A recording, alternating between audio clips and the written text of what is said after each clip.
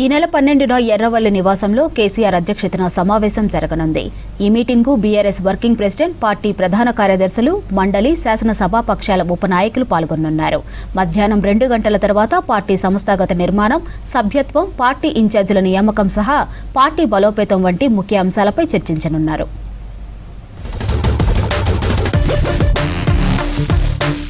రేవంత్ రెడ్డి ప్రభుత్వం వడ్ల కొనుగోలు విషయంలో విఫలమైందన్నారు మాజీ మంత్రి హరీష్ రావు. మెదక్ జిల్లా చేగుంట మండలం కర్నాల్పల్లిలోని ధాన్యం కొనుగోలు కేంద్రాన్ని సందర్శించారు హరీష్. రైతుల సమస్యలను అడిగి తెలుసుకున్నారు. రాష్ట్రంలో రైతుల పరిస్థితి దయనీయంగా మారిందన్నారు హరీష్. రైతుల కష్టాలు సీఎం రేవంత్ రెడ్డి మంత్రులకు పట్టవా అని ఆగ్రహం వ్యక్తం చేశారు.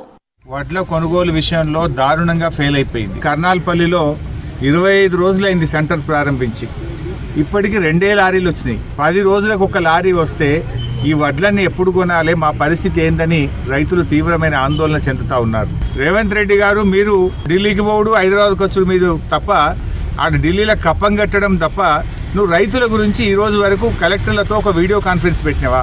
నీ మంత్రులు ఎవరన్నా ఏ జిల్లాలోనైనా మొత్తం జిల్లా మీద వడ్ల కొనుగోలు మీద సమీక్ష చేసిండ్రా? అంత బిజీ ఏమున్నది?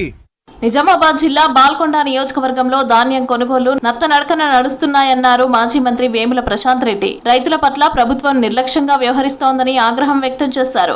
నెల రోజుల నుంచి ఇంకా కల్లాల్లోనే ధాన్యం నిల్వలు ఉన్నాయని తెలిపారు. రైతులకు మద్దతుగా మార్తాడ్లో రేపు నిరసన కార్యక్రమం చేపట్టనున్నట్లు తెలిపారు ప్రశాంత్ రెడ్డి. ఈ వడ్ల కొనుగోలు చాలా నత్తనడకన సాగుతా ఉన్నది. ఈ కాంగ్రెస్ ప్రభుత్వం చాలా నిర్లక్ష్యంగా వ్యవహరిస్తా ఉన్నది. 20 రోజులు, నెల రోజుల నుంచి వాళ్ళు కుప్పలుగా పోసి కల్లాలకు తీసుకొస్తే ధాన్యం నెల రోజులకు కూడా వాళ్ళ నంబర్ రావట్లేదు.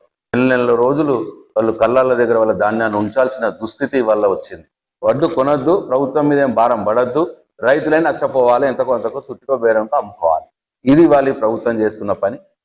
తెలంగాణ ఉద్యమకారుల సంఘాలతో టీఆర్ఎస్ చీఫ్ కల్వకుంట్ల కవిత సమావేశమయ్యారు. హైదరాబాద్ బంజారా హిల్స్ లోని తెలంగాణ రక్షణ సేన కార్యాలయంలో ఉద్యమకారులతో భేటీ అయ్యారు. తెలంగాణ ఉద్యమకారుల డిమాండ్లకు కవిత మద్దతు తెలిపారు. కాంగ్రెస్ ఎన్నికల ముందు ఉద్యమకారులకు ఇచ్చిన హామీల అమలుకు జూన్ 2 వరకు గడువిచ్చారు. హామీలు అమలు చేయకుంటే ఉద్యమకారులతో కలిసి ఆందోళన చేస్తామని హెచ్చరించారు కవిత.